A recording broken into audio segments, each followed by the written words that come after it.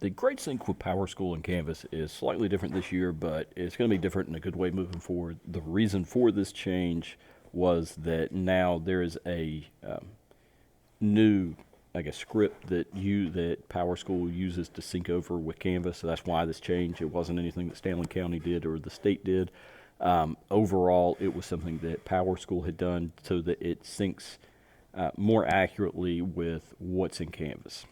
So the easy part is there'll be a few steps that you haven't done in the past, but once it's done, it should sync very accurately. So the first thing I want to do is go to your assignments tab. So it should be over here on the left-hand side.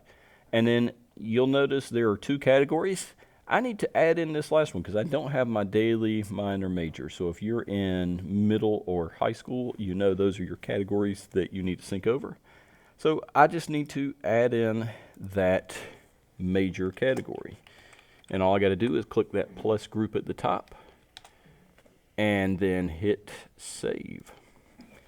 Now, make sure you have set up your PowerTeacher gradebook categories first and your grade sync because you need to know exactly what categories you're sending to.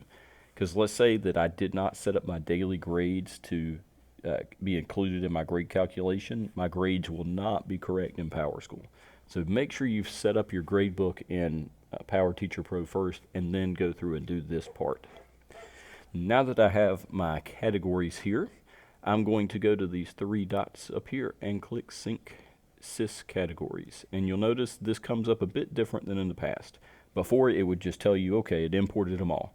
But now what I have to do is I have to open up my categories and then select the category that I want it to sync with. Now you have to do this for each section.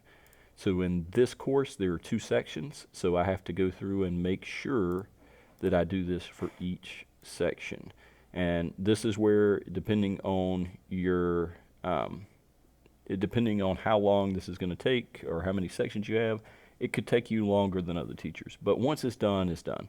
So treat this kind of like a one-time thing. And if you'll notice, I don't have a minor here, but I have a minor assessments. So I'm just going to select minor assessments because that's what I have set up in my PowerTeacher Pro gradebook.